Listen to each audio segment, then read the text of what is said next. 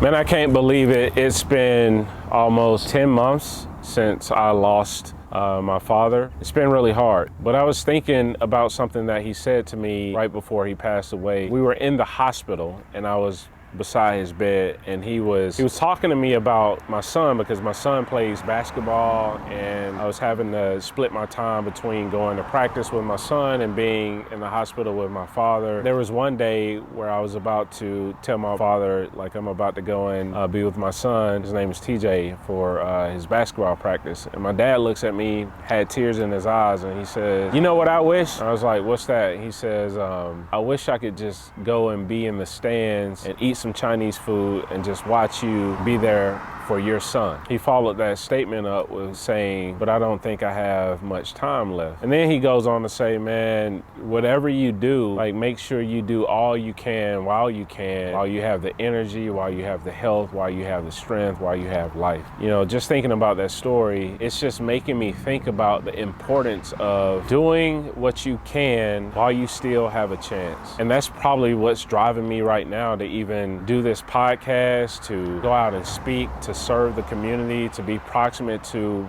people who are overlooked. Like, I just have this burning desire to, like, do all I can while I can, because what my dad was saying, it was true. Like, there's one day where we all expire, right? There's a born date and there's a death date. And I've said this many times in talks before, but it didn't impact me the same as it's impacting me now. When I've asked people, like, what are you going to do with the dash? The dash is the place in between your born date and your death date, and it represents the totality of, like, how you're going to show up. I'm just thinking to myself, man, like, I want to continue to show up, even if I don't get a lot of views. I want to keep showing up and doing the things that I love, because I love them, not because nobody else is going to love it and it brings me life. But I want to ask you, what are you going to do? Why are you waiting? Why are you waiting to start your podcast, or to build the relationship that you want to build, or to launch the nonprofit organization that you want to launch, or to start that campaign, or whatever it is, to put out your album, to do art, to, like, be creative? Like, I just